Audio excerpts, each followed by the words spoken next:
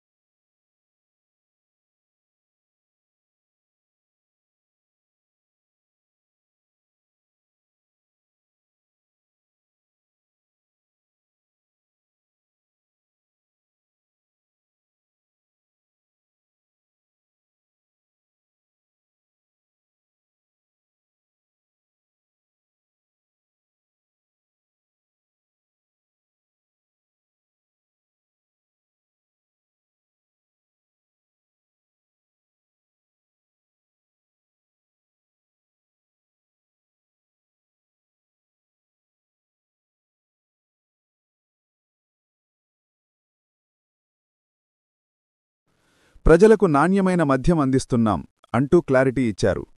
కూటమి ప్రభుత్వం అధికారంలోకి రాగానే నాణ్యమైన మద్యం అందించడానికి సమగ్ర ప్రణాళిక రూపొందించాం.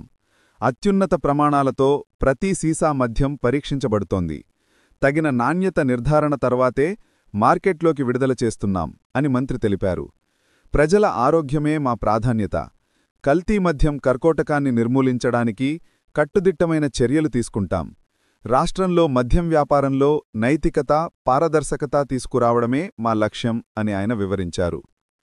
రాజకీయ లాభాల కోసం ప్రజల ప్రాణాలతో ఆటలు వద్దు. పేర్ని నాని వంటి నేతలు రాజకీయ లాభాల కోసం ప్రజల్లో భయం పుట్టించే ప్రయత్నాలు చేయటం బాధ్యకరమని, మద్యం సమస్యను రాజకీయ ఆయుధంగా ఉపయోగించడం అనైతికమని కొల్లు రవీంద్ర విమర్శించారు. ప్రజలు అన్ని చూస్తున్నారు. ఎవరు కల్తీ మద్యం మాఫియాను పెంచారో, ఎవరు ఆ మాఫియాను కూలదోయడానికి కృషి చేస్తున్నారో అనేది చాలా స్పష్టంగా తెలుస్తోంది అని ఆయన వ్యాఖ్యానించారు. మొత్తం మీద ఎక్సైజ్ శాఖ మంత్రి కొల్లు రవీంద్ర చేసిన ఈ వ్యాఖ్యలు రాజకీయ వర్గాల్లో హాట్ టాపిక్గా మారాయి. వైసీపీ పాలనలో మద్యం మాఫియాలు, ప్రస్తుత కూటమి ప్రభుత్వ చర్యలు, ఈ రెండింటిపై సాగుతున్న ఆరోపణలు, ప్రత్యారోపణలతో ఆంధ్రప్రదేశ్ రాజకీయ వాతావరణం వేడెక్కింది. తంబళపల్లి దగ్గర ఒక కల్తీ మద్యం జరుగుతుందనేది ఎక్సైజ్ డిపార్ట్మెంట్, మా డిపార్ట్మెంట్ వాళ్ళు ఎప్పటికప్పుడు ఎన్ఫోర్స్మెంట్ విభాగం పూర్తి స్థాయిలో పనిచేస్తూ ఉంటారు. ప్రతి నెల జరిగే అమ్మకాలని ఎప్పటికప్పుడు చెక్ చేసుకుంటూ ఉంటారు. ఎక్కడన్నా ఎలాంటి పరిస్థితులు ఉన్నాయనేది ఎప్పటికప్పుడు నివేదికలు తెప్పించుకుంటూ ఉంటారు. దానిలో భాగంగానే అక్కడ ఒక కల్తీ మద్య విధానం జరుగుతుందనేది ఐడెంటిఫై చేయటం జరిగింది.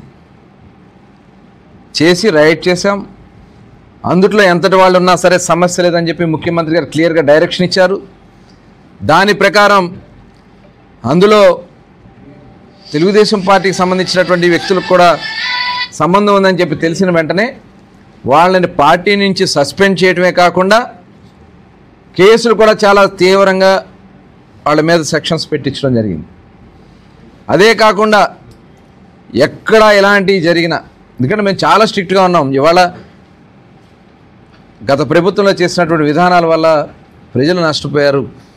ఇలాంటి అక్రమాలు చేస్తే సహించేది లేదని చెప్పి మొట్టమొదటి నుంచి మేము చెప్తానే ఉన్నాం. ఇవాళ ఎంత ఎన్ఫోర్స్మెంట్ విభాగం కానీ డిపార్ట్మెంట్ కానీ ఇవాళ బోర్డర్లో పూర్తిగా చెక్ పోస్టులు పెట్టాం.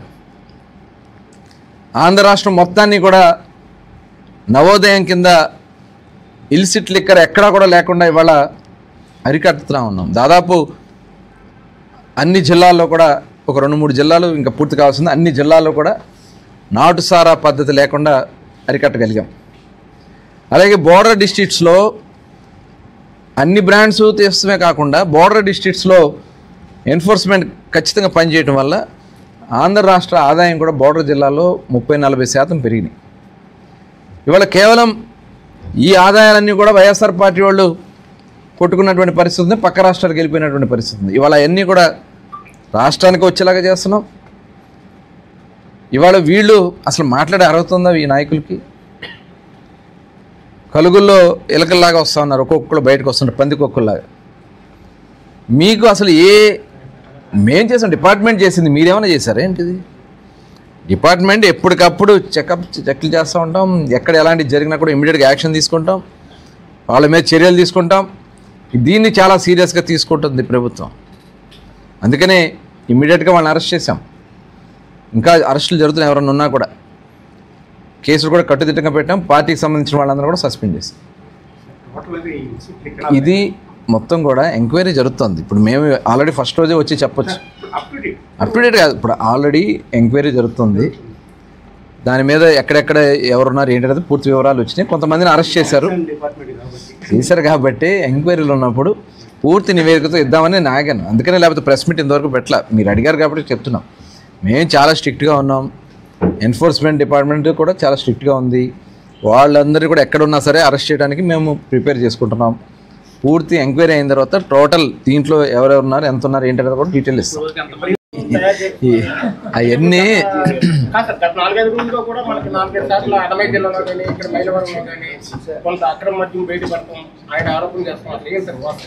ఇప్పుడు 4-5 సార్లు ఏం జరగలేదు. మేము ఇప్పుడు వచ్చిన తర్వాత గవర్నమెంట్ వచ్చిన తర్వాత లాస్ట్ మంత్ 2 months బ్యాక్ అది కేరళ వాళ్ళు మన హైదరాబాద్కి సంబంధించింది. ఇదంతా హైదరాబాద్లో ఒక బ్యాచ్ ఉండి వాళ్ళు అక్కడి నుంచి స్పిరిట్ తీసుకుని స్పిరిట్ని సప్లై చేశారని మనకు వచ్చింది. దాని మీద ఇమీడియట్గా 40 మందిని కేసు కట్టారు, అరెస్ట్ చేశారు. దాంట్లో ఆ ఏదైతే స్పిరిట్ సప్లై చేస్తారో వాళ్ళని కూడా సీజ్ చేశారు. తెలంగాణ ప్రభుత్వం సీజ్ చేసింది. జరుగుతాయి కొన్ని చోట్ల జరిగినప్పుడు ఇమీడియట్గా యాక్షన్ ఉంటే మటుకు ఇలాంటి పునరావృతం కాకుండా సీరియస్గా ఉంటుంది. చాలా అవసరమైతే పీడీ యాక్ట్లు పెట్టడానికి కూడా వెనకాడం. ఇలాంటివి చేసే వాళ్ళని వదిలిపెట్టే సమస్య లేదు. ఇక్కడ జరిగినటువంటి దాంట్లో ఎవరైతే ఇప్పుడు జనార్దనో లేకపోతే ఇంకొకతనో ఏదో సంవాట్ పేర్లు చెప్తున్నారు, వాళ్ళు ఎక్కడ మూలాలు ఉన్నాయో అన్నీ తీస్తాం డెఫినెట్గా. ఇప్పుడు వీళ్ళకి లేవా? వైఎస్ఆర్ పార్టీ వాళ్ళకి సౌత్ ఆఫ్రికాలో లేవా? వీళ్ళు ఏమైనా పతితులా? ఇదే జగన్మోహన్ రెడ్డి గారి కజిన్ బ్రదర్ అనిల్ వాళ్ళకి లేవా సౌత్ ఆఫ్రికాలో? వాళ్ళ బ్యాచ్లందరికీ లేవా? వీళ్ళకి వాళ్ళకి ఏమన్నా కూడా అన్నీ వస్తాయి. దీని వెనక ఎవరున్నారో కూడా వస్తాయి. ఆయన ఏదో చెప్తున్నాడు సౌత్ ఆఫ్రికా అని. సౌత్ ఆఫ్రికా పునాది లేసింది వీళ్ళే. ఇదే పెద్దిరెడ్డి గారి వాళ్ళకి అక్కడ వ్యాపారాలు ఉన్నాయి.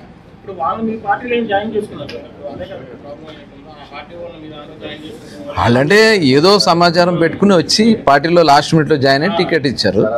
కానీ ఇలాంటివన్నీ కూడా ఇంక నిచ్చి జాగ్రత్తగా మేము ఎవరు రీసెంట్గా పార్టీ ఎలక్షన్ ముందే జాయిన్ అయ్యారు. చెక్ చేస్తారు చూద్దాం అన్నీ. అందుకంటే విచారణ ఉంది కాబట్టి మనం చెప్పలేం. దీని వెనక ఎవరెవరు ఉన్నారు అన్నీ కూడా వస్తాయి. రమ్మనండి, చూపించమనండి. ఇవాళ షాపులన్నీ ఓపెన్ ఉన్నాయి. మేము సీక్రెట్గా చేయట్లా. షాపులు ఓపెన్గా ఉన్నాయి. ఎవరు వెళ్తారో వెళ్ళమనండి. కావాల్సిన బ్రాండ్లు తెచ్చుకోమనండి. క్యూఆర్ కోడ్ దాని మీద ఉంటుంది. క్యూఆర్ కోడ్ని స్కాన్ చేసుకోమనండి. ఏ షాపులో ఏ డిస్టిలరీలో తయారైంది, ఎప్పుడు తయారైంది డీటెయిల్స్ అన్నీ వస్తాయి. ఇందులో ఎక్కడ కూడా చాలా ట్రాన్స్పరెంట్గా మేము ఉన్నాం. వెళ్ళమనండి. జే బ్రాండ్లు అంటున్నారు కదా, జే బ్రాండ్లు ఎందుకు వస్తాయి? జగన్మోహన్ రెడ్డి బ్రాండ్లు వాళ్ళ టైంలో చేసుకున్నారు వాళ్ళు. చూపిమ్మనండి మొత్తం, ఎందుకంటే కేసు విచారణ ఉంది కాబట్టి అవన్నీ నెక్స్ట్ ట్రిప్లో చెప్తాము. వాళ్ళు ఏ రకంగా వాళ్ళు మద్యం వ్యాపారం చేశారనేది టోటల్ డీటెయిల్స్ ఇస్తాం మేము. ఏ రకంగా డిస్టిలరీస్ దగ్గర నుంచి ఏ రకంగా షాప్స్ వరకు వచ్చినాయో, డిపో వరకు ఎలా వచ్చిందో ఆ డీటెయిల్స్ అన్నీ కూడా ఇస్తాం. ఎక్కడ కూడా దీంట్లో కాకపోతే విచారణలో ఉంది కాబట్టి మనం దాని మీద ఎక్కువ మాట్లాడుకోవటం